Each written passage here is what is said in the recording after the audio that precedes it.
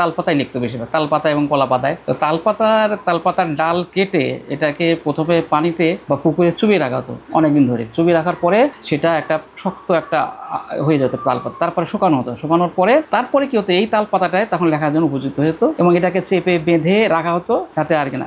মজার হলো এখানে কিন্তু আর কোনো পোকা লাগার সম্ভাবনা নাই। আর যদি এমনি কাঁচা তালপাতা যদি শুকিয়ে লেখা হতো সেটা তালপাতাটা সেটা নষ্ট হয়ে যেত, কিন্তু এইটা কারণে আর সেটা নষ্ট হবে না। এখানে বিভিন্ন সময় বিভিন্ন দলিলপত্র লেখা, তাছাড়া তালপাতার পাণ্ডুলিপি প্রাচীন বাংলায় হাতের লেখায় 200 বছর আগে পুরোনো। আর এই তালপাতা যেটা আছে এটা আরো পুরনো, এটা বেশ পুরনো, এটা বা 300-350 বছর আগের হবে। হ্যাঁ, এটা দুই সাইডে দিয়ে একটা বাঁধ দিতে হয়তো এই কারণে যাতে নষ্ট পড়ে না যায়, হারিয়ে না যায়। আর এইগুলোতে এখানে দেখতে পাচ্ছেন হ্যাঁ কোনোটা যাতে কঞ্চিতে লেখা আছে।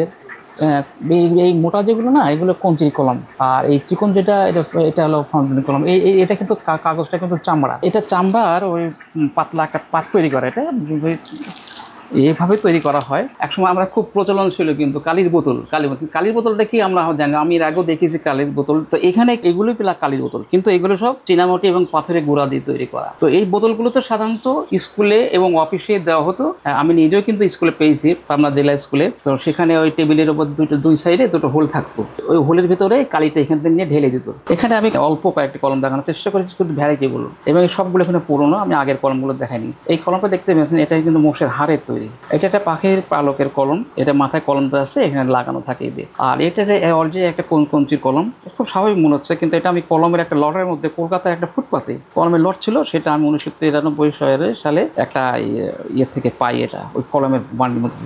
আর এটা হলো আপনার নলখাগড়াটা। আমাদের এই দেশে, আমাদের এই অঞ্চলে প্রচলন ছিল নলখাগড়া, এবং এখন পর্যন্ত সনাতনী ধর্মে যারা আছে, বিশেষ করে সরস্বতী পূজায় এখনো আপনার ওই মাটির যে দোয়াতের ভেতরে দুধ দিয়ে এবং নলখাগড়া ডাঁটা দিয়ে লেখে, এবং সরস্বতী পূজা ঠাকুরের সামনে তারা বিদ্যার চর্চা করে বা বিদ্যা পূজা করে। এখানে আমি দেখাবো বক্সের মধ্যে দোয়াত এবং কলম দুটোই রাখা যেত। তো এখানে প্রথমে দেখতে এটা হলো পেতলের একটা বাক্স, এখানে একটা পেতলের দোয়াত আছে, এবং কলমটা যেটা আছে এটা পেতলের কলম। এটার মধ্যে একটা পাণ্ডুলিপি আছে, পাণ্ডুলিপিটা অবশ্য আমাদের দেশে না, এটা বার্মা অঞ্চলের পাণ্ডুলিপি, যা জানি এটা আমি আর শো করি নাই। আর এখানে দুই সাইডের দোয়াত এবং কলম, এই সাইডে কলম রাখা যায়, এখানেও কলম রাখা যায়, দুই সাইডে দোয়াত রাখা যায়। এই বক্সটা কাশ্মীরের তৈরি, এটা সম্মত এই যে প্রিন্ট দেখে এটা বোঝা যায় কাশ্মীরের ওইদিকে। এর ভিতরে যে কলমটা রয়েছে এটা কাঠের কলম, এবং হ্যান্ড নিপ, এবং দোয়াতটাও এটা মজা মনে। এই দোয়াতটা দেখেন 2 কোণা, 12 কোণা পর্যন্ত দোয়াত আছে। এখানে যে কলমটা দেখতে পাচ্ছেন এই দোয়াতটা হলো হাতির দাঁতের। তো এটা কিভাবে ছিল জানি না, ঠিক আমি এইভাবে পরে পেয়েছিলাম, এইভাবে রেখে দিছি। যার কাছে স্মরণ করেছিলাম উনি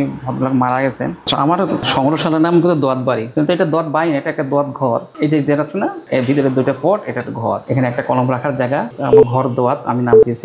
এটা জাপানের তৈরি, মিশ্র ধাতুর।